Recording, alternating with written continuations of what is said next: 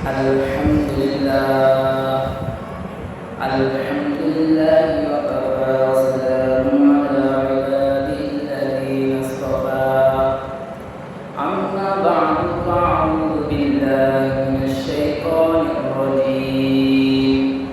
Bismillahirrahmanirrahim. Wa ma khalaqtul jinna wal insa illa liya'budun.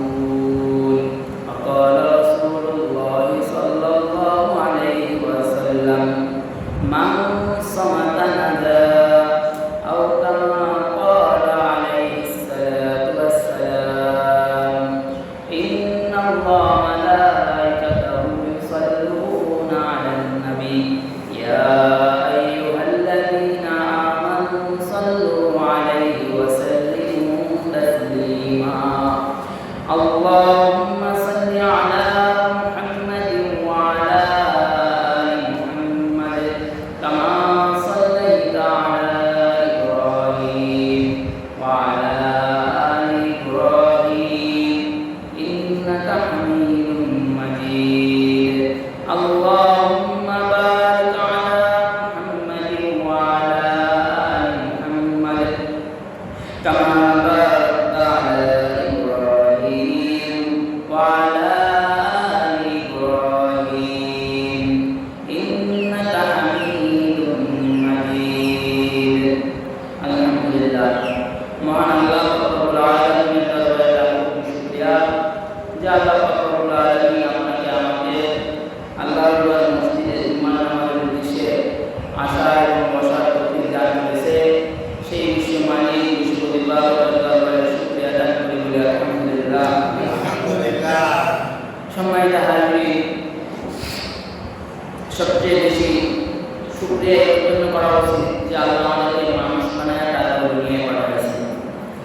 আল্লাহ রাব্বুল আলামিন দুনিয়া যখন সৃষ্টি করেছে, যখন মানুষ জাতিকে সৃষ্টি করে, তখন ফেরেশতারা বলেছিল যে যাদেরকে বানিয়েছেন এরা তো আপনার ইবাদত করবে না, এরা দুনিয়ায় ঝগড়া ফাসাদ মারামারি কাটাকাটি বিভিন্ন অপকর্মে লিপ্ত থাকবে, অপকর্মের মধ্যে থাকবে, আমরাই তো ইবাদত করি।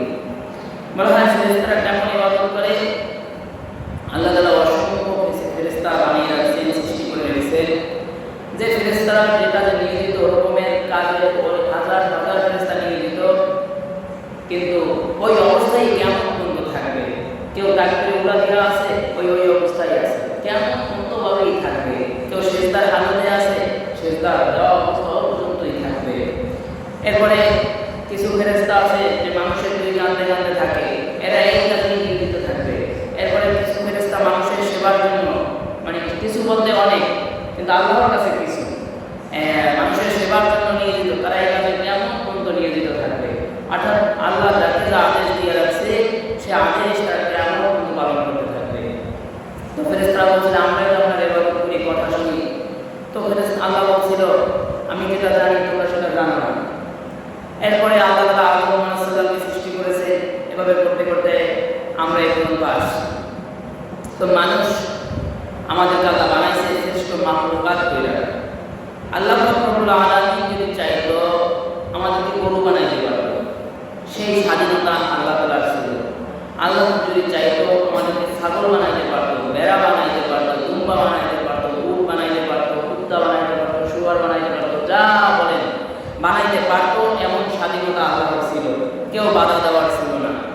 এবং তার উপরে তো ক্ষমতাশীল ছিল না যেটা বানানো চান এটা বানাইলে আপনার লগে থাকবো না, আপনার লগে কথা বলবো না, আপনার লগে সম্পর্ক থাকবে না, এরকমও বলার কেউ ছিল না।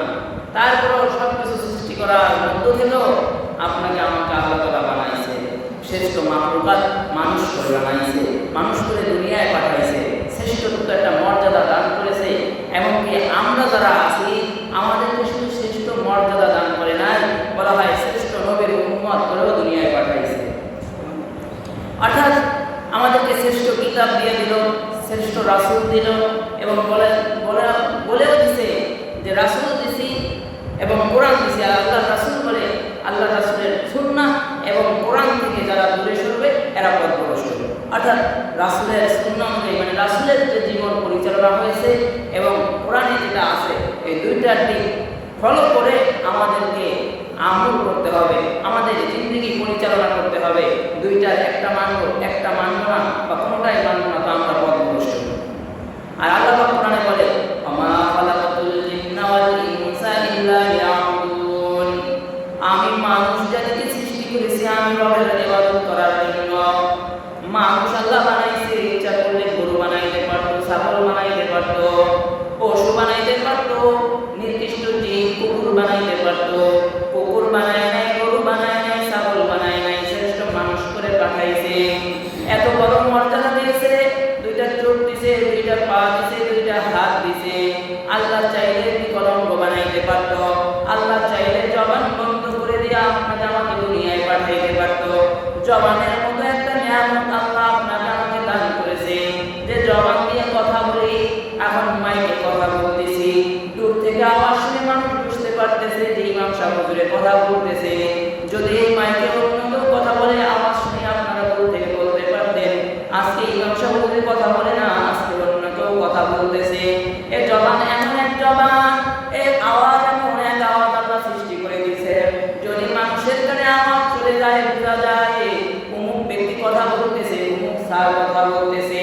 কত মানুষ কত রকমের কথা বলে, কত ভঙ্গিমায় কথা বলে, কিন্তু তারপরও কথা শেষ হয় না।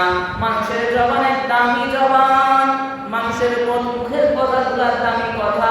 বলা হয় কথা বলতে থাকে কিন্তু কথা শেষ হয় না। প্রেমিক প্রেমিকা কত কথা বলে কিন্তু কথা শেষ হয় না। স্বামী স্ত্রী 50 বছর 70 বছর সংসার করতেছে, এরপরও স্বামী দূরে চলে গেছে, শোয়ার সময় ফোন দিয়া কথা বলতেছে, কিন্তু কথা বলতেছে কিন্তু কথা শেষ হইতেছে না, কথা বাড়তেছে। অর্থাৎ জবানের কথার অনেক মূল্য, অনেক দাম, কিন্তু আমরা আমাদের জবান সঠিকভাবে হেফাজত করতে পারতেছি না। আমরা আমাদের জবান কোন জায়গায় কথা বলবো, কোন জায়গায় কি বলবো, অর্থাৎ কথা বলতে বলতে আমরা এমন এক পর্যায়ে পৌঁছি আমরা কি বলতেছি আমরা খেয়াল করি না। কিন্তু জবান অনেক দামি, আপনি মানুষটা অনেক দামি। আপনাকে অযথা সৃষ্টি করা হয় নাই, আপনাকে খেলার ছলে আল্লাহ তাআলা সৃষ্টি করে নাই। আপনাকে খেলার জন্য কোরআনে বলছে যে আপনাকে খেলার ছলে সৃষ্টি করা হয় নাই, খেলার জন্য সৃষ্টি করা হয় নাই। যদি এজন্য সৃষ্টি করতো তাহলে আল্লাহ তাআলা আলাদা নিজেই খেলা তৈরি করতে পারতো। অর্থাৎ পাঠাইছে ইবাদত করার জন্য পাঠাইছে। কি ইবাদত করব? শুধু নামাজ পড়লাম, রোজা রাখলাম, এই পর্যন্তই শেষ না। বলা হয় মুমিন মুসলমান থাকবে। আমরা তো নামাজও করি, রোজাও করি, আবার মিথ্যাও বলি, গীবত শিকায়ত করি। আমরা জবানের দ্বারা এমন এমন কাজ করি, এমন এমন কথা বলি, যার দ্বারা অনেক সময় ঈমান নষ্ট হয়ে যায়। জবান দ্বারা আমরা এমন কাজ করি, এমন কথা, এমন এমন শব্দ উচ্চারণ করি, যার দ্বারা আমাদের ঈমান নষ্ট হয়ে যায়। আর আল্লাহর কোরআন বলে, ওয়ালাকাদ যারা'না লিজাহান্নামা কাসীরাম মিনাল জিন্নি ওয়াল ইনসি লাহুম কুলুবুন লা ইয়াফকাহুনা বিহা ওয়া লাহুম আ'য়ুনুন লা ইউবসিরুনা বিহা ওয়া লাহুম আযানুন লা ইয়াসমাউনা বিহা উলাইকা কাল আন'আম বাল হুম আদাল উলাইকা হুমুল গাফিলুন। আমি এক শ্রেণী মানুষের জন্য জাহান্নাম সৃষ্টি করেছি, যাদের কান আছে, কান দিয়ে শুনবে না, চোখ আছে, চোখ দিয়ে দেখবে না, মন আছে, মন দিয়ে উপলব্ধি করে না। এবং আল্লাহ আয়াতের শেষে বলে, উলাইকা কাল আন'আম বাল হুম আদাল উলাইকা হুমুল গাফিলুন। ওগুলো চতুর্থ সম্পদ জানোয়ারের চাইতেও খারাপ। অর্থাৎ মানুষ তো শ্রেষ্ঠ এক মাখলুকাত, মানুষকে শ্রেষ্ঠ মর্যাদা দান করে, শ্রেষ্ঠত্ব দান করে তারপরে জমিনে পাঠানো হয়েছে। এজন্যই তো আপনাকে কথা বলার শক্তি দেওয়া হয়েছে। আজ পর্যন্ত এই যে কথা বলতেছি, আরও বিভিন্ন মসজিদে গিয়ে দেখেন আজ কথা বলতেছে, এরপরে বিভিন্ন মাহফিলের মঞ্চে ওলামায়ে কেরাম কথা বলে, মানুষ শুনতে থাকে। এরপরে বিভিন্ন দাওয়াতে তাবলীগের ভাইরা কথা বলতে থাকে, মানুষ শুনতে থাকে। বলে এটাই হলো মানুষের কাজ। কিন্তু আজ পর্যন্ত এই দৃশ্য পাওয়া যায় নাই যে একটা গরু দাওয়াত দিতেছে, যে এই গরু ভাইরা আসেন, আজকে থেকে আমরা ইবাদত করব, এমন দৃশ্য দেখা যায় নাই। ছাগলের থেকে এই দৃশ্য দেখা যায় নাই যে এক ছাগল বলতেছে, এই সবাই আসো আমরা এখন নামাজে যাব, এমন দৃশ্য পাওয়া যায় নাই। কোনো পশুর থেকেই নয়, গরু বলেন, ছাগল বলেন, কুকুর বলেন, বিড়াল বলেন, শুয়ার বলেন, যা বলেন, কোনো পশুর থেকে এমন কোনো আচরণ পাওয়া যায় নাই যে তারা একজন আরেকজনকে দাওয়াত দিতেছে বা একজন তারা একসাথে বসে জিকির করতেছে বা তারা ইবাদত করতেছে, এমন দৃশ্য পাওয়া যায় নাই। মানে দেখা যায় না যে একজন আরেকজনকে বলতেছে। এরপরে তাদের যে আওয়াজ, কুকুরের আওয়াজ তারা যে আওয়াজে কথা বলে কিয়ামত পর্যন্ত ওই আওয়াজেই কথা বলবে, অর্থাৎ আওয়াজের পরিবর্তন হয় না। মানে এটা যে একটা কুকুর যখন ঘেউ ঘেউ করে, আমরা কিন্তু এটা বুঝি না যে কোন কুকুরটা ঘেউ ঘেউ করতেছে, যে অমুক বাড়ির কুকুরটা মনে হয় এখন ডাকতেছে, তখন নিশ্চিত করতে পারি না যে এটা কোন কুকুর, এটা লাল কুকুরটা না সাদা কুকুরটা না ওই বাড়ির কালা কুকুরটা, এটা নিশ্চিত করা যায় না, কারণ সব আওয়াজ আমাদের কাছে এক। কোনো বিড়াল যখন মেউ মেউ করে ডাকে আমরা পার্থক্য করতে পারি না এটা আমার বিড়াল না আর এক বাড়ির বিড়াল না উন্মুক জায়গা থেকে আসছে, পার্থক্য করতে পারি না। মোরগ যখন ডাক দেয় তখন আমরা বলতে পারি না এটা কোন বাড়ির মোরগ ডাকতেছে। অর্থাৎ পশু পাখির আচরণ, পশুর যে মানে জবান দিয়েছে তারা আওয়াজ করে কিয়ামত পর্যন্ত একই আওয়াজ থাকবে, কিন্তু কেউ বলতে পারবে না এটা কোন গরুটা ডাকতেছে, এটা কোন ছাগলের আওয়াজ হইতেছে, এটা কোন কুকুরের আওয়াজ হইতেছে, এটা বলতে পারবে না। কিন্তু মানুষ যখন কথা বলে, মানুষের আওয়াজ যখন বের হয়, মানুষ যখন পিছন দিক থেকেও কাউকে ডাকে, তখন মানুষ সামনে থেকেই বুঝতে পারে যে আমাকে অমুক ব্যক্তি ডাকতেছে। কেমনি বুঝলো? এমনি বুঝছে যে তার আওয়াজটা শুনে সে বুঝতে পারছে যে তিনি আমাকে ডাকতেছে। অর্থাৎ মানুষকে এই যে একটা নেয়ামত, এই নেয়ামতটা এমনি এমনি দেয় নাই আল্লাহ, এটা দিয়েছে বলা হয় আল্লাহকে ডাকার জন্য দেওয়া হয়েছে। কিন্তু আমরা আজ মিথ্যা বলি, গীবত শিকায়ত করি, আমাদের জবানের অপব্যবহার করি, কিন্তু এখন আমরা আল্লাহকে ডাকি না। দিনে একবারও আল্লাহ আল্লাহ বলার সময় আমাদের হয় না, সুবহান আল্লাহ আলহামদুলিল্লাহ আল্লাহু আকবার বলার সময় আমাদের হয় না, কিন্তু অযথা কথা বলার সময় আমরা আমাদের জবান ব্যয় করতেছি, অযথা কথা বলতেছি। এই প্রত্যেকটা কথার হিসাবও আল্লাহর কাছে দিতে হবে। এবং কি জবান দিয়ে এমন এমন কথা বলে, এই যে এখন বর্তমানে খেলা চলতেছে, আমাদেরকে আল্লাহ সৃষ্টি করছে তার ইবাদতের জন্য, তার ইবাদতের জন্য আমাদেরকে সৃষ্টি করা হয়েছে। কিন্তু এই কিছুদিন আগে মনে হয় আর্জেন্টিনার মিশরের খেলা গেছে, কপাল পোড়া থাকলে কি আর অবস্থা, ফজরের নামাজ পড়ে নাই এজন্য কান্না করে নাই, ফজরের নামাজ ছুটে গেছে এজন্য কান্না করে নাই, কিন্তু ব্রাজিল হারছে এজন্য যুবক যুবতীর চোখের পানি দেখা গেছে। অথচ রাত্রের ঘুম যাওয়ার সময় আল্লাহ বলে, এ আমার বান্দা, আমি এই আসছি আসমানের উপরে, তোমাদের কারো কি কিছু দরকার আছে? তোমরা কি কেউ কেউ আমার কাছে কিছু চাও? আমি এই নিচের আসমানে আসছি, আমার কাছে চাও, আমি দিব। এমন সময় উঠা তাহাজ্জুদ করে নাই কোনো সময়, কিন্তু ঠিক সেই টাইমে উঠা খেলা দেখছে এবং হার হওয়ার কারণে, তাও নিজের দেশ হারলেও একটা কথা হইতো, কোথার কোন দেশ হারছে সেজন্য এখান থেকে চোখের পানি ফেলাইছে। একদিন কাল নিজে বলে নাই, আয় আল্লাহ আমি গুনাহগার, আমি গুনাহ করতেছি, আমি গুনাহ করে আমার হায়াতের জিন্দেগি নষ্ট করে ফেলছি, আল্লাহ আপনি আমাকে মাফ করেন। এই কথা বলে এখন পর্যন্ত চোখের পানি ফেলায় নাই, কিন্তু অযথা স্বামী স্ত্রী একসাথে খেলা দেখতে যায়, স্ত্রীকে মানে বেহায়া অবস্থায় মানুষের মধ্যে নিয়ে খেলা দেখে, আবার তারা একসাথে কানতে কানতে স্বামী স্ত্রী উভয় একসাথে বের হইতেছে যে কি হয়েছে, কান্দেন কেন, কান্না করেন কেন, তাই ব্রাজিল হারছে এই জন্য কান্না করতেছি। এরপরে আরও কিছু ভিডিও ফুটেজ দেখছি, আরও কিছু দৃশ্য দেখেছি, এমনি নামাজ পড়ে নাই কোনো সময়, কিন্তু আর্জেন্টিনা মনে হয় হারতে নিয়েছিল যে নামাজে দাঁড়াই গেছে। আর আমি লেখাটা এইভাবেই দেখছি যে আর্জেন্টিনার হারার মুখে যুবকদের সেজদা দিয়ে আল্লাহর কাছে সাহায্য চাওয়া, অর্থাৎ এইভাবে আমি লেখাটা দেখছি। অর্থাৎ তখন দেখলাম এক যুবক মানে হা মাও করে কান্না করতেছে, আর কান্না কইরা কইরে এরপরে নামাজে দাঁড়াইয়া সেজদা দিতেছে। আসলে এই গাফেল, এই মানে কি বলবো, এই গর্দভ এই যুবক যদি এই সেজদাটা ওই যেইভাবে হাউমাউ করে কান্না কইরা সেজদা দিছে, এতটুকু বলতে পারি। আর কান্নার দৃশ্য যেভাবে আসছে, ওর কান্নাটা যদি এইভাবে হতো, আল্লাহ জীবনে অনেক গুনাহ করেছি, জীবনে গুনাহ করতে করতে জীবনটা ধ্বংস করে ফেলেছি, আজ অদা করতেছি, আর গুনাহ করব না। ওই হাউমাউ করে কান্নার দৃশ্য আর ওইভাবে যদি সেজদা দিত, আমার মন বলে আল্লাহকে তখন সাথে সাথে মাফ করে দিত। কিন্তু সেই সেজদাটা আর্জেন্টিনাকে জিতানোর জন্য সেজদা দিছে, এই সেজদা কোনো কাজে লাগে নাই, কারণ এই সেজদা সম্পূর্ণ বাতিল সেজদা, আল্লাহর কাছে সাহায্য চায়। কোথার ইহুদি খ্রিস্টানদের জন্য আল্লাহর কাছে সাহায্য চাইতেছে, কত বড় সে চাইতেছে, অথচ নিজের জীবনের জন্য নিজের জন্য কিছু চাইতেছে। আল্লাহ বলে, বান্দা আমার কাছে চাও, আমি তোমাদের ডাকে সাড়া দিব। কিন্তু আমরা আল্লাহর কাছে চাই না। আমরা যখন আর্জেন্টিনার ব্রাজিলের জয়ে আনার প্রয়োজন হয় তখন বলি, আল্লাহ আমি সেজদা দিতেছি, মানে আমি কি বলবো, আপনাদেরকে কিভাবে বুঝাবো যে আমি এমন দৃশ্য দেখেছি, এভাবে কাঁদতেছি, যেটা বলে আমি বুঝাইতে পারবো না। এরপরে সেজদাও দিতেছে আবার, যে আর্জেন্টিনা হারতে নিয়েছিল, এরপরে আবার তাদের কালে হয়তো বা তাদের চোখের পানির কারণে আর্জেন্টিনাকে আল্লাহ জয় দান করেছে। এরপরে আর এক পাগল, আর এক গর্দ, কত বড় মানে মস্ত খারাপ হইলে এই কথা বলে মুসা আলাইহিস সালাম ফেরাউন থেকে, মিশর থেকে, মানে মিশরের নীলনদ থেকে বিজয় অর্জন করেছিল। মুসা আলাইহিস সালাম অর্থাৎ ইসলামের বিজয় অর্জন হয়েছিল, সেটা মুসা আলাইহিস সালাম যে ফেরাউন মানে ধ্বংস হয়ে গেছে ওই ঘটনাটি উল্লেখ করে বলে মিশরের সাথে আর্জেন্টিনা জিতছে, মানে হলো গিয়া মুসা মেসি হয়ে এসে মিশরকে হারিয়ে এরপর আর্জেন্টিনাকে জয়যুক্ত করিয়েছে। নাউজুবিল্লাহ বলেন। কোথায় মুসা কালিমুল্লাহ, যিনি আল্লাহর সাথে কথা বলতো? এই মুসা আর এই মেসি কি এক? একটা ইহুদি, একটা খ্রিস্টান। এবং কি খেলার কিছু দৃশ্য আমি দেখেছি এই খেলার পরে, যেখানে আর্জেন্টিনা জয়ের পরে ইসরায়েলের পতাকা উত্তোলন করেছে। ইসরায়েলের অনেক আর্জেন্টিনার সমর্থক যারা আছে এরা, কিন্তু মিশর হারছে। কিন্তু আমি এটা বলি না যে মুসলমান ইহুদি, এই মিয়া মুসলমান আর ইহুদি যতই খেলা খেলো, আজ পর্যন্ত যদি মিশর জিততো, এই আর্জেন্টিনার সাথে যদি মিশর জিততো, আপনার ইসলামের কি উপকার হইতো আমাকে এটা বুঝান। আপনারা তো দল করেন যে এটা ইহুদি আর মুসলমান, এটা ইহুদি এটা মুসলমান খেলা হইতেছে, তা আমি মুসলমান করি মানে।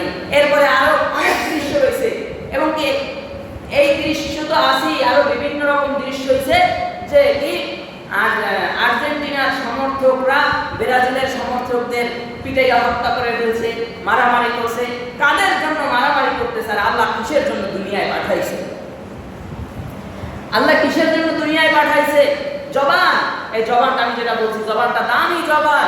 এই জবান থেকে যদি কোনো মুসলমান একবার বলে লা ইলাহা ইল্লাল্লাহ মুহাম্মাদুর রাসূলুল্লাহ, তাকওয়া আর ঈমান আর ইখলাসের সাথে যদি বলে লা ইলাহা ইল্লাল্লাহ, আল্লাহর রাসূল বলে ফাদাখালাল জান্নাহ, ঈমান এনে সাথে সাথে তাকওয়ার সহিত বলেছে তো লা ইলাহা ইল্লাল্লাহ, জবানের দাম এত, তো ফাদাখালাল জান্নাহ, সাথে সাথে জান্নাতি হয়ে গেছে।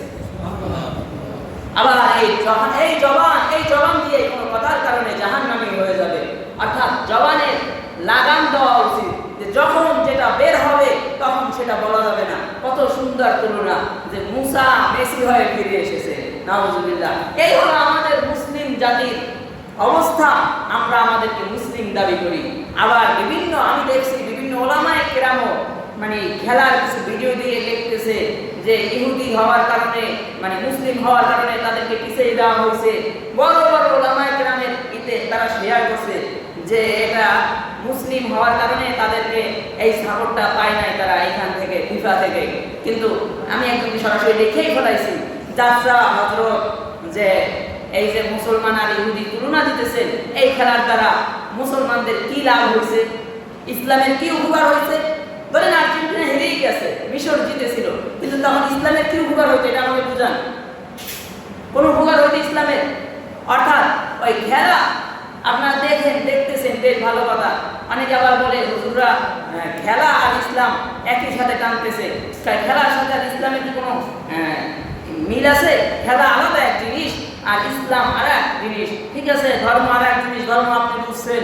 কিন্তু যখন আপনি এই যে খেলা দেখা এক দল আর এক দলের সমর্থকদেরকে পিটাইতেছেন, মারতেছেন, মারামারি করতেছেন, রাজনীতি করতেছেন, এবং কি শিরকের মতো কথা বলতেছেন, এবং কি আর্জেন্টিনা ব্রাজিলকে জিতানোর জন্য সেজদা দিতেছেন, ফজরের নামাজ ছুটে গেছে, এর জন্য চোখের পানি নাই। অথচ মুসলমানদের তো আফসোস করা ছিল, উচিত ছিল। ভারতের এক হযরত, অনেক আগের একজন বুজুর্গ, নামটা আমার সঠিক খেয়াল নেই, একে হযরত আসরের সময় বয়ান করছে। বয়ান করার পরে বলা হয় যে বয়ান আমাদের দেশে যখন উলামায়ে কেরাম মাহফিলের মধ্যে বয়ান করার পরে মুসাফা করতে যান না আপনারা, তো মুসাফা করতে করতে হযরতের তাকবীরে উলা ছুটে গেছে। হযরত অসুস্থ হয়ে পড়ছে। আল্লাহর ওলি অসুস্থ হয়ে পড়লে তার মুরিদরা বলে অসুস্থ হয়ে গেছে, তাকে ডাক্তার দেখাইতে হবে। হুজুর বলে না, ডাক্তার দেখাইতে হবে না, মাগরিবের নামাজটা আসতে দাও, আমি সুস্থ হয়ে যাব। বলে তাহলে কি হয়েছে? বলে 40 বছর হয়ে গেছে তাকবীরে উলা ছাড়া নামাজ পড়ি নাই, আজ হঠাৎ আমার তাকবীরে উলা ছুটে গেছে। কেমন যেন মন বলতেছে মাগরিবের আগে যদি আমি মারা যাই তাহলে আমার শেষ নামাজ হবে তাকবীরে উলা ছাড়া নামাজ। এই আফসোসে কান্না করতেছে এবং অসুস্থ হয়ে পড়ছে।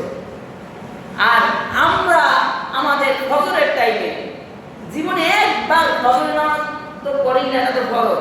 এরপরে তাহাজ্জুদও পড়ে না, অথচ তাহাজ্জুদের টাইমে উঠে খেলা দেখতেছে, তাহাজ্জুদের টাইমে উঠে খেলা দেখতেছে না শুধু, আবার সের জন্য চোখের পানিও ফেলাইতেছে এই ইহুদি খ্রিস্টানদের জন্য। অথচ কিছুদিন আগে যে মুহররমের রোজা গেছে, আল্লাহ রাসূল সেখানে বলছিল তোমরা মুহররমের রোজা রাখবা 2টা, আমি যদি থাকি আমি আমার ভাই মুসার জন্য রোজা রাখবো 2টা। রোজা একটা দামি ইবাদত, সেখানে ইহুদি খ্রিস্টানরাও এক রোজা রাখে, তো ইহুদি খ্রিস্টানদের সাথে রোজা মিলে যাবে, এজন্য রোজাও আল্লাহ রাসূল 2টা কথা বলছে, যেখানে ইবাদত যেন খ্রিস্টানদের সাথে এক না হয়। কিন্তু আমরা সেখানে মুসা আর মেসির এক বানাই দিছি, কোথায় কালিমুল্লাহ আর কোথায় আমি যদি বলি ওয়াইসুল করনি আছে, নবীর একজন আশিক পাগল, যিনি হায়াতে ছিল, নবী পেয়েছে কিন্তু নবীকে চোখে দেখতে পারে নাই, অর্থাৎ সরাসরি চোখ দিয়া পরশ পাথর দেখতে পারে নাই, এই জন্য সাহাবীর খাতায় নাম লিখতে পারে নাই। অমন হাজার ওয়াইসুল করনিও যদি এক পালায় রাখা হয়, আর আপনা একটা সাহাবী যা আল্লাহর রাসূলকে ইমাম আলা অবস্থায় সচোখে একবার দেখেছে, অমন হাজার ওয়াইসুল করনি এক পালায় রাখলেও একজন সাহাবীর সমান হবে না। আবার আপনা সাহাবী, সকল সাহাবী এক পালায় রাখলেও হযরত আবু বকরের সমান হবে না। আর আবু বকর রাদিয়াল্লাহু তাআলা আনহুর মতো ইমানদাররা হাজার হাজার লাখ লাখ সাহাবীও যদি এক পালায় রাখা হয়, মুসা কালিমুল্লাহর সমান হবে না। অর্থাৎ কোথায় রয়েছে মুসা কালিমুল্লাহ, আর আমার দেশের মুসলমানের সন্তানরা এদের সাথে তুলনা দিতেছে যে মিশরকে হারাইছে, তার মানে হলো মেসি মুসা হইয়া চলে আসছে, নাউজুবিল্লাহ। অর্থাৎ এই সমস্ত কথার দ্বারা কিন্তু ঈমান চলে যেতে পারে এবং ঈমান ধ্বংস হতে পারে, আর এরপরে মরলে সোজা জাহান্নাম, এছাড়া কোনো উপায় নাই। অর্থাৎ জবানটা দামি জবান দিয়ে যদি বলে সুবহানাল্লাহ, একটা গাছ হয়ে যায়। দুনিয়ায় তো কতই ফসল লাগাতে চাই, দুনিয়ায় তো আমরা কত সম্পদের মালিক হতে চাই, অথচ জবান দিয়ে যদি বলে সুবহানাল্লাহ, আলহামদুলিল্লাহ, লা ইলাহা ইল্লাল্লাহ, আল্লাহু আকবার, এই তাসবিহগুলো যদি ধরতে থাকে, বলা হয় গাছ হইতে থাকে। জান্নাতে যেদিন যাবেন সেদিন আল্লাহ এগুলো আপনার বাগান দিয়ে দেবে আপনারে। এগুলো আমাদের জবান, কিন্তু আমরা এগুলো করি না।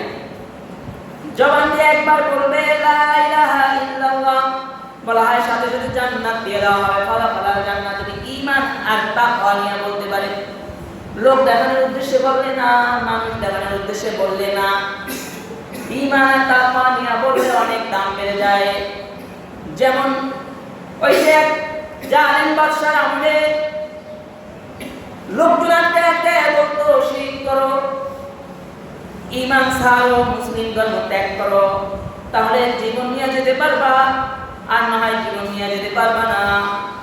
এরকম এক আল্লাহর বান্দারে ধরছে, তাই এই বান্দা তুমি কি তাই ইসলাম ধর্মের লোক, তাই ইসলাম ছাড়ো, আমাদের ধর্ম গ্রহণ করো। বলে না, বলে আচ্ছা যদি না করো তাহলে আমার নামে মাসি মারো, আমার নামে মাসি মারলে তোমাকে এখান থেকে যেতে দিব।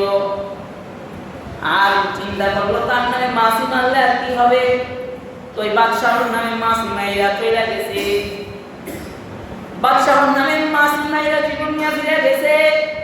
আর এক যুগ আসে, বলে ইসলাম ছাড়ো, ইহুদি খ্রিস্টানের ধর্ম গ্রহণ করো। বলে না করলে আমার নামে মাসি মারো। বলে না, খোদার কসম দুনিয়ায় যতদিন থাকবো এক আল্লাহ ছাড়া কাউকে ভয় করব না, আল্লাহর নাম ছাড়া কারো নাম নিব না, আমি এই সমস্ত শিরক করব না। বলা হয় যুবক যখন তার বাদশার নামে, জালেম বাদশার নামে মাসিও মারে নাই, সাথে সাথে যুবককে হত্যা করা হয়েছে। হত্যা করলেন হযরত বুজুর্গ উলামায়ে কেরামরা বলে, যিনি মাসি মাইরা জীবন নিয়ে গেছে, তিনি জীবন নিয়ে যায় না, ইনি মাসি মাইরা সরাসরি জাহান্নামে চলে গেছে। আর যিনি মাসি মাইরা তার গর্দান আলাদা, মাসি না মাইরা যার গর্দান আলাদা হয়ে গেছে, জীবন দিয়ে দিছে, ইনি জীবন দিয়া শুধু দেয় নাই, বরং সাথে সাথে জান্নাতে চলে গেছে। এরকমের আল্লাহ রাসূল দুনিয়াতে আসার কিছু আগ মুহূর্তের ঘটনা। আব্দুল্লাহ বিন তামির রাহমাতুল্লাহি আলাইহি এক জালেম শাসক ছিল, জালেম বাদশা ছিল। বাদশার কাছে একজন লোক ছিল, তিনি জাদু জানতো। তার জাদুর কেরামতি কারামতি দেখায়া বাদশাহী আর স্থায়িত্ব করত, মানুষকে আরো বাদশার প্রতি আকৃষ্ট করত। ঠিক এমন সময় বৃদ্ধ হয়ে গেছে, জাদুকর বলতেছে, বাদশাহ আমি আর বেশি দিন বাঁচবো না, আমাকে এমন একটা ছেলে দেন, যুবক দেন, মেধাবী বুদ্ধিমান, যে আমার এই ধারাবাহিকতা, যে আমার কাজ ধরে রাখতে পারবে।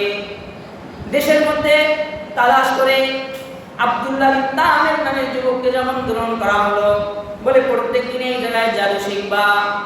ওই জায়গায় জাদু শিখতে যায়, বাসা থেকে বাদশার দরবারে জাদু শিখতে যায়, মাঝখানে একজন আলেমের বাসা, পাত্রীর বাসা।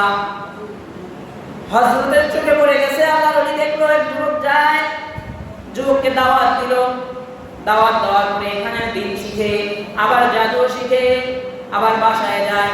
বলা হয় বাসায় যেতে দেরি হয় এই হুজুরের কাছে যাওয়ার কারণে, আবার জাদুকরের কাছে যাইতে দেরি হয় এই হুজুরের কাছে যাওয়ার কারণে। জাদুকরের কাছে যখন যায় তখন জাদুকর বকাঝকা করে মার যায়, বলে দেরি হইল কেন। এরপরে আবার বাসায় দেরি হয়, বাসায় বলে দেরি হইলে কেন। এবার হুজুর শিখিয়ে দিছে, বলবা যে জাদুকরের কাছে গিয়া বলবা পরিবারের কারণে দেরি হয়েছে, আর পরিবারের কাছে যখন দেরিতে যাইবা তখন বলবা জাদুকরের কারণে দেরি হয়েছে।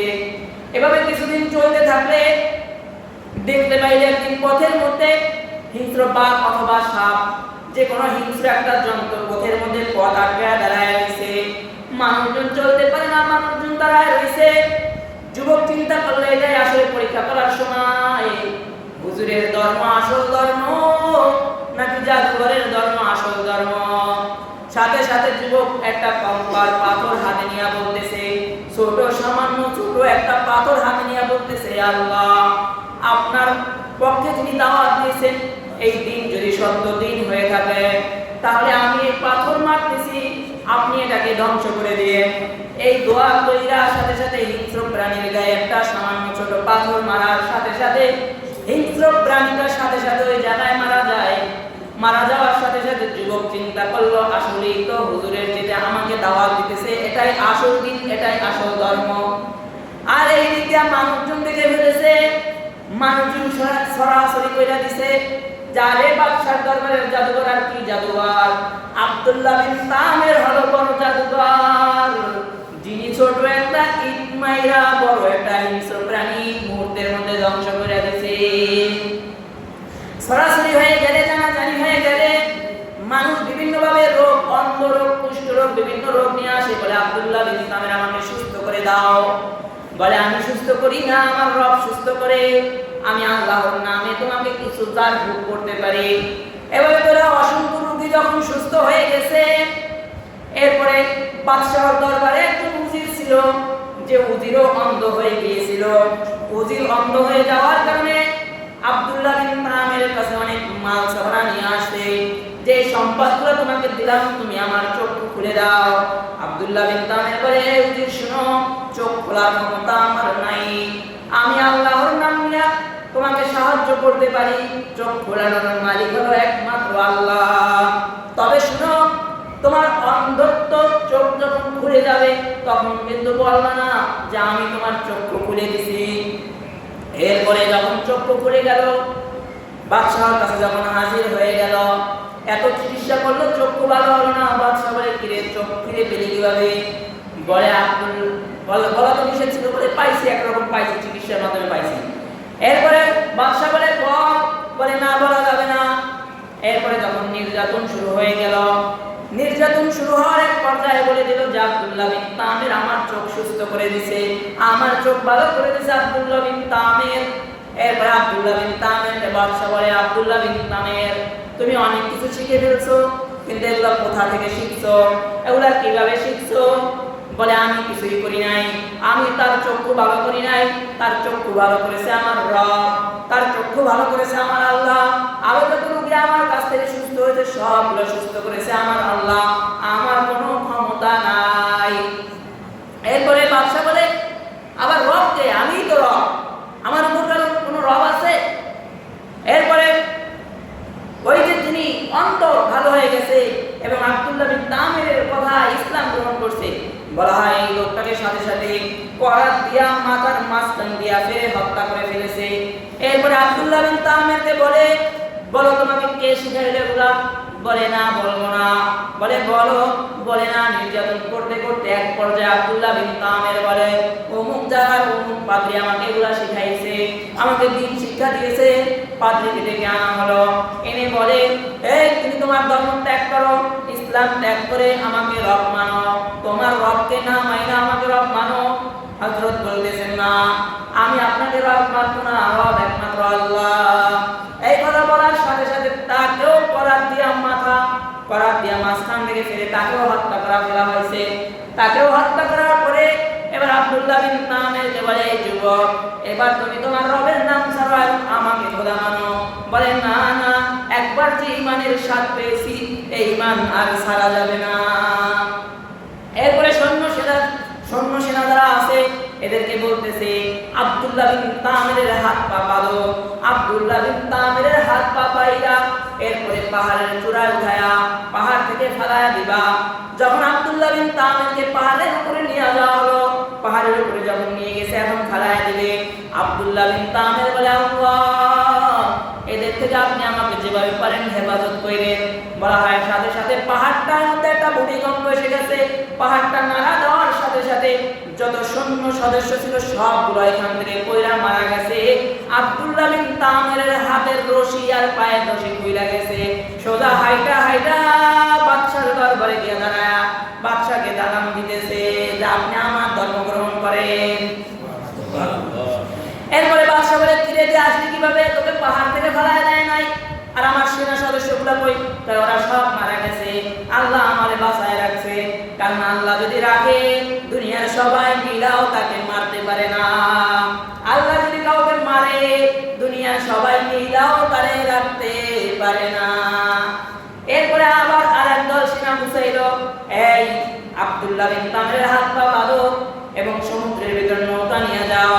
নৌকা নিয়ে আব্দুল্লাহ বিন তামেরকে সমুদ্রের মাঝখানে ফেলাই দিবা। সমুদ্রের মাঝখানে এমন জায়গায় ফেলাইবা যেন আব্দুল্লাহ বিন তামের কিনারায় না আসতে পারে। আবারও একই দোয়া করতেছে, আল্লাহ, এ জালেম থেকে আপনি আমাকে হেফাজত করেন। বলা হয় দোয়া করলে সাথে সাথে নৌকা উল্টে গেল। নৌকা উল্টে আব্দুল্লাহ বিন তামের তীরে চলে আসলো। যত সেনা সদস্য ছিল সবগুলা মারা গেছে। এবার আবারও বাদশার দরবারে এসে হাজির হইল। বলে, তুমি আবার আসছো, কিভাবে আসলাম? আমার সেনা সদস্য কোথায়? বলে, সবাই মারা গেছে, আল্লাহ আমাকে বাঁচায় রাখছে। এরপরে আব্দুল্লাহ বিন তামের বলতেছে, বাদশাহ, যত চেষ্টা করেন আপনি আমাকে মারতে পারবেন না। যতদিন আমার আল্লাহ আমাকে রাখবে ততদিন আপনি আমাকে মারতে পারবেন না। তবে মারতে পারবেন আমি যেভাবে বলবো, যদি আমার কথা শুনেন, আমার কথা অনুযায়ী যদি আমাকে মারেন, তাহলে আমাকে আপনি মারতে পারবেন। আমার কথা যদি না শুনেন আপনি আমাকে মারতে পারবেন না। নিজেকে মারার বুদ্ধি দিয়ে দিতেছে, কিভাবে মারবে এটা নিজেই বলে দিতেছে। বলে, আচ্ছা বলো তোমাকে কিভাবে মারবো? কয়, আমাকে খেজুর গাছের সাথে বাইন্ধা এরপরে তীর হাতে নিয়ে বলবেন, বিসমিল্লাহির রব্বিল গুলাম, বিসমিল্লাহির রব্বিল গুলাম বইলা তারপরে তীর নিক্ষেপ করবে, যে আল্লাহর নামে তার গোলামের মাথায় তীর নিক্ষেপ করতেছি, আল্লাহর নামে তীর নিক্ষেপ করতেছি, এটা বলবে। কারণ বিসমিল্লাহ তো আল্লাহর নামে শুরু করতেছি, অর্থাৎ গোলাম নিজে আব্দুল্লাহ বিন তামের নিজেই শিখাই দিতেছে আমাকে খেজুর গাছের সাথে বেঁধে। এরপরে বলবেন বিসমিল্লাহির রব্বিল গুলাম, এরপরে তীর চালাইবেন, দেখেন আল্লাহ আমাকে নিয়ে নেবে। বলে, তবে শর্ত আছে। কি শর্ত? ভাই, আপনার দেশের জনগণগুলো সব একত্রিত করবেন, ময়দানে হাজির করবেন এবং ময়দানে আনবেন। ময়দানে আইনা এরপরে সকলের সামনে আপনি এই শব্দ উচ্চারণ কইরা আমার গায়ের উপর আপনি তীর নিক্ষেপ করবেন। বলে, আচ্ছা। বাদশা দাওয়াত দিল এলাকাবাসীদেরকে। গ্রামের সকল লোকজন উপস্থিত হয়ে গেল যে আব্দুল্লাহ বিন তামের নিজেই নিজের জীবন দিয়ে দিবে এবং বাদশা নিজেই তীর মারবে। বিসমিল্লাহির রব্বিল গুলাম কইলা দেশের মানুষ হাজির হয়ে উপস্থিত হইল ময়দানে। আর যখন বাদশা তীর হাতে নিল তখন বলল, বিসমিল্লাহির রব্বিল গুলাম, বিসমিল্লাহির রব্বিল গুলাম বলে তীর মারার সাথে সাথে আব্দুল্লাহ বিন তামের কপালের ভিতর তীর লেগে গেল। তীর লাগলে সাথে সাথে আব্দুল্লাহ বিন তামের ওই জায়গায় মারা যায়, শহীদ হয়ে যায়। যখন বিসমিল্লাহির রব্বিল গুলাম কইরা তাকে হত্যা করা হইল, তাকে শহীদ করা হইল, মানুষজন দেখা বলে বাদশাহ কোনো রব নয়, রব তো যিনি বাদশাহ চেষ্টা করার পরেও মারতে পারে নাই, অথচ রবের নামে তীর মাইরা তারপরে হত্যা করছে, তার মানে রব হলো আল্লাহ। এরপরে দেশের সব মানুষগুলা বলতেছে আমরা এখন থেকে আর বাদশাকে খোদা মানি না, খোদা মানি আল্লাহকে। এই কথা বলার সাথে সাথে শয়তান মুদির একটা আসলে এটা বলতেছে বাদশাহ যে ভয় পাইছিলেন আব্দুল্লাহ বিন তামের সকলকে ইসলামের দাওয়াত দিয়ে দিবে, কাম তো সেইটাই কইতে গেছে। এখন তো সবাই ইসলাম গ্রহণ করছে। এবার বাদশাহ বলতেছে একটা বিশাল গর্ত করো, যেখানে আগুন জ্বালাও, এবং বিশাল গর্ত করা হইল, আগুন জ্বালানো হইল, যারা যারা প্রত্যেক মানুষকে আনা হইল ইসলাম মানো না আমার ধর্ম মানো, বলে ইসলাম মানি, তো আগুনে ফেলাইয়া দিল। যারা বাদশার দরবারে যায়, বাদশার বলে দেয়, তাদেরকে রেখে দেয়, বলে আমাকে মানো না ইসলাম মানো, বলে ইসলাম মানি। এভাবে হাজার হাজার লোক ওই আগুনের মধ্যে ফেলাইয়া দিল। এক পর্যায়ে একটা ছোট বাচ্চাওয়ালা মা যখন লাভ দিবে, তাকে যখন ফেলাইয়া দেয়, বলে ইসলাম মানবা না আমাকে আনবা। কোনো বর্ণনায় বলে বাচ্চা কোলে নিয়ে যখন ভাবতেছিল, বাচ্চা কোলে অবস্থায় বলতেছে মা চিন্তা করো কেন, আগুনের মধ্যে জান্নাত লাভ দাও। আর কোনো বর্ণনায় বলে বাচ্চা আগেই বাচ্চাকে ফেলাইয়া দিয়া বলে ওই দেখ বাচ্চাকে ফেলাইয়া দিছি, এখন তোকেও ফেলাইয়া দিব। যখন মা একটু মানে হয়ে গেল, আবেগী হয়ে গেল যে এখন যে আমাকে আগুনে ফেলাই দেবে, আমি মরে যাবো, এরকম একটা চিন্তায় পড়ে গেল। তখন আগুনের ভিতর থেকে বাচ্চা বলতেছে মা চিন্তা করো কিসের, আমি তো জান্নাতে চলে আসছি, আর তুমি মা কি জান্নাতে যাইবে না? এই কথা বলার সাথে সাথে মা নিজেই লাভ দিয়া দিল। এরপরে এই আগুন থেকে আওয়াজ বা বাচ্চার মুখের আওয়াজ শুনে আরো বাকি যারা ছিল ইসলাম ধর্ম গ্রহণ করে নাই, বলা হয় পুরা আরো সকলেই ইসলাম ধর্ম গ্রহণ করেছে। অর্থাৎ আল্লাহর নাম বিসমিল্লাহির রব্বিল গুলাম এই জবান দিয়া বলছে, এটাও জবানেরই একটা। আর এই যে ঘটনা, এটা আল্লাহর কাছে এত পছন্দ হয়েছে, এটা সূরা বুরুজের ভিতর দিয়ে দিছে। ওই যে বলছে আসহাবুন নার উখদুদ, এই যে এই কথাগুলো আল্লাহ তাআলা, এই যে আমার জবান দিয়ে আমি কি বলতেছি, আমাকে হেফাজত করতে হবে, জবানে লাগাম দিতে হবে। খেলা দেখছি আর পাগল হয়ে এমন কথা বলতেছি যে কারণে ঈমান ধ্বংস হয়ে যেতে পারে। অর্থাৎ মানুষ বানাইছে আল্লাহ, শ্রেষ্ঠ মানুষ বানাইছে, কুকুর বানায় নাই, গরু বানায় নাই, ছাগল বানায় নাই, বানাইতে পারতো, আল্লাহর এই স্বাধীনতা ছিল, কিন্তু আল্লাহ মানুষ বানাইছে, শ্রেষ্ঠ মাখলুকাত কইরা আমাদেরকে দুনিয়ায় পাঠাইছে। অর্থাৎ যেমন তেমন যে কোনো কথার দ্বারা আমাদের ঈমান নষ্ট করা যাবে না, আমাদের ঈমান ঠিক রাখতে হবে। যেখানে বসছি আর কথা বলতেছি, কি বলতেছি, ডাইনে তাকাইতেছি না, বামে তাকাইতেছি না, কথা বলার কাম বলতেছি, ঈমান নষ্ট করে ফেলতেছি, এই সমস্ত কাজ করা যাবে না। বরং এই সমস্ত কথা তারা বলবে তাদেরকে সমর্থন করা যাবে না। আর এখন তো খেলা মনে হয় শেষ দিকে, ভাই রে খেলা দেখে আপনারা আপনাদের সন্তানদেরকে একটু হেফাজত করে, যে খেলা দেখ ভালো কথা, নামাজটাও করিস। ফজরের টাইমে খেলা দেখে কিন্তু নামাজ পড়ে না, খেলা দেখ তুই নামাজ পড়, অথচ এই নামাজ ছুটে যাইতেছে, চোখের পানি নাই। কত ওয়াক্ত নামাজ ছুটে গেল, একদিন চোখের পানি ফেলায় নাই। কিন্তু কোথাকার পর ইহুদি খ্রিস্টান হারছে, এই জন্য কান্না করতেছে। কোথাকার পর ইহুদি খ্রিস্টান হারতে বসলে মুসলমান সেজদা দেয়, কপাল পোড়া, এর চেয়ে আর দ্বিতীয় কিছু হতে পারে না। আমাদের দুঃখ মানে আমাদের যে এই যে আমরা আমাদের বিপদ, ঝড় বৃষ্টি, তারপরে ভূমিকম্প, বিভিন্ন আযাব গজবে লিপ্ত হওয়ার মূল কারণ হলো এগুলা। আমরা আমাদের মুসলমানদের ভিতরে আমাদের যে ভাই বন্ধন ছিল, এগুলো আমরা রাখতে পারি নাই, বরঞ্চ আমরা ইহুদি খ্রিস্টানকে মহব্বত করি। আর মারহু মা মান আহাব্বা, যার সাথে যার মহব্বত তার সাথে তার কিয়ামত। আপনি যদি আল্লাহর রাসূলের সুন্নাতের অনুসরণ করেন, তাহলে আল্লাহর রাসূলের সাথে জান্নাতে যাবেন, আল্লাহর রাসূলের সাথে হাশরের ময়দানে একই জায়গায় দাঁড়াবেন।